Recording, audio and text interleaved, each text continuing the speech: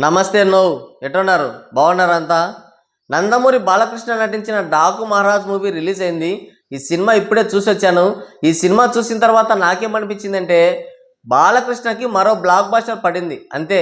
cinema teaser and trailer చూసినప్పుడు మనకేమనిపించిందో మనం ఏం ఎక్స్పెక్ట్ చేశామో అలానే ఉంది సినిమా ప్రొడ్యూసర్ నాగవంశీ మాట్లాడుతూ ఈ సినిమా సమర్సింహారెడ్డి రేంజ్లో ఉంటుంది అలాంటి వైబ్స్ వస్తాయి మీకు మళ్ళీ అని చెప్పాడు అయితే నాకు తెలిసినంత వరకు ఈ సినిమా సమర్సింహారెడ్డి రేంజ్ సినిమా కాదు ఎందుకంటే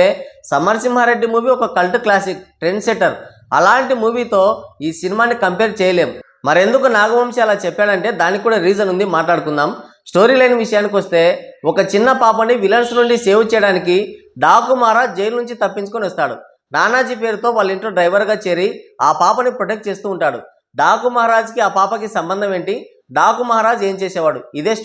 స్టోరీ లైన్ చాలా సింపుల్గా ఉన్న బాలయ్యని ప్రజెంట్ చేసిన తీరుకి బాబీకి నిజంగా హ్యాట్స్ ఆఫ్ చెప్పాలి అసలు బాలయ్యనైనా మనం చూస్తుంది అనిపించింది అంత స్టైలిష్గా బాలయ్యని ఈ మధ్యకాలంలో ఎప్పుడు చూసింది లేదు ఫస్ట్ హాఫ్ అంతా ఒక హైలో వెళ్ళిపోతుంది ఇది ఎందుకు వచ్చింది అదేంటి అని మనకు అనిపించదు ఇంట్రెస్టింగ్ మోడ్లో తీసుకెళ్తూనే బాలయ్య మార్క్ డైలాగ్స్తో ఎలివేషన్స్తో కాక రేపాడు సిచ్యువేషన్కి సింక్ అయ్యేలా బాలయ్య పలికిన ప్రతి డైలాగ్ థియేటర్లో ఒక డైనమైట్లా పేలింది సాలిడ్ ఎలివేషన్స్ పడ్డాయనే చెప్పాలి ఆ డైలాగ్స్తో బాలయ్య మాస్ ఇమేజ్ని తన బీజిఎంతో తమన్ అమాంతం పైకి లేపాడు మూవీ స్టార్టింగ్లో బాలయ్య ట్రైన్ దిగొచ్చే సీన్లో బీజిఎం కిర్రాక్ అసలు తమన్కి బాలయ్య సినిమా అంటేనే పూనకాలు వస్తాయి ఎక్కలేని శక్తి వస్తుంది మరి ఎక్కడి నుంచి వస్తుందో తెలియదు మొత్తానికి ఆ బీజిఎం కోసం బాలయ్య మాస్ ఎలివేషన్స్ కోసమైనా ఒక్కసారి సినిమాకి వెళ్ళి చూడొచ్చు ఆ రేంజ్లో ఉంది బీజిఎం ఇంటర్వెల్లో మాస్ ఎలివేషన్స్తో ఒక హై యాక్షన్ సీక్వెన్స్ పడింది ఓ రేంజ్లో ఉంటుంది ఇంటర్వెల్ మాత్రం ప్రీ ఇంటర్వెల్లో కూడా ఒక మంచి ఫైట్ సీక్వెన్స్ ఉంది అది కూడా భలే వర్కౌట్ అయింది సినిమాలో ఈ ఇంటర్వెల్ గురించే నాగవంశీ చెప్పింది అంటే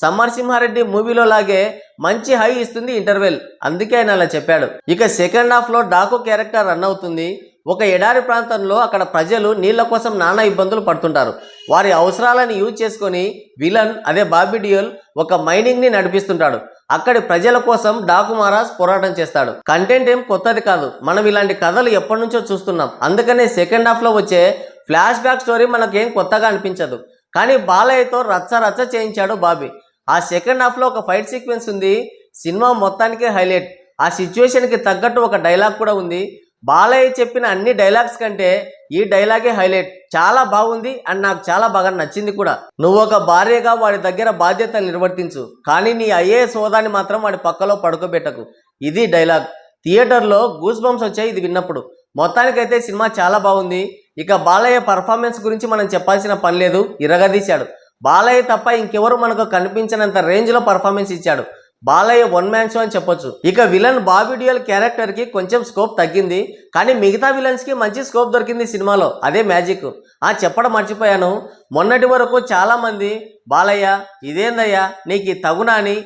బార్కింగ్ చేశారు దబిడి దిబిడి సాంగ్ గురించి అంటే మొరిగారు అనవసరంగా కానీ సాంగ్లో అంత వల్గారిటీ ఏం లేదు సాంగ్ చాలా డీసెంట్గా ఫ్యాన్స్ కోసం రూపొందించారు ఈ సాంగ్లో బాలయ్య మా స్టెప్పులు ఊర్వశి రౌతేల గ్లామర్ తమన్ బీజిఎం ఓ రేంజ్లో పేలింది సినిమా మొత్తానికి సాంగే హైలైట్ అని చెప్పాలి అంటే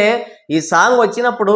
థియేటర్ మొత్తం ఈలలు కేకలు గోలలు ఫస్ట్ హాఫ్ అంతా కేక ఎంత చెప్పినా తక్కువే సినిమా గురించి కానీ సెకండ్ హాఫ్లో మాత్రం కొంచెం ఎమోషన్స్ మిస్ అయ్యాయేమో అనే ఫీలింగ్ వచ్చింది ఇక సత్య అండ్ గణేష్ కామెడీ కూడా బాగుంది ఊర్వశి రౌతేల క్యారెక్టర్ కూడా మంచి స్కోప్ దొరికింది ఉన్నంతలో ఇక హీరోయిన్ ప్రజ్ఞా జైస్వాల్ క్యారెక్టర్కి మాత్రం అంత స్కోప్ లేదు ఏదో సినిమాలో ఉందంటే ఉంది అంతే బాలయ్య సెంటిమెంట్ కోసం పెట్టినట్టున్నారు సో ఇక ఫైనల్గా చెప్పేది ఏంటంటే Daaku Maharaj Sankranti block buster climax ఒకటి ఏదో ముగించాలంటే ముగించారు అన్నట్టుగా ముగించారు పెద్దగా అనిపించదు అయితే ఇది సినిమా విజయానికి పెద్ద అడ్డం కూడా కాదు కాబట్టి ఈ సంక్రాంతి బ్లాక్ బస్టర్ డాకు మహారాజ్ మరి మీలో ఎవరైనా ఈ సినిమా చూస్తుంటే మీ అభిప్రాయం ఏంటో కింద కామెంట్ చేయండి ఇంతసేపు వీడియో చూశారంటే సాహసమనే చెప్పాలి నచ్చితే ఒక లైక్ వేసుకోండి వీలైతే సబ్స్క్రైబ్ చేసుకొని నాకు సపోర్ట్ చేయండి ఇలాంటి మరిన్ని మంచి ఇంట్రెస్టింగ్ రివ్యూలు మీకోసం అందిస్తాను ఓకే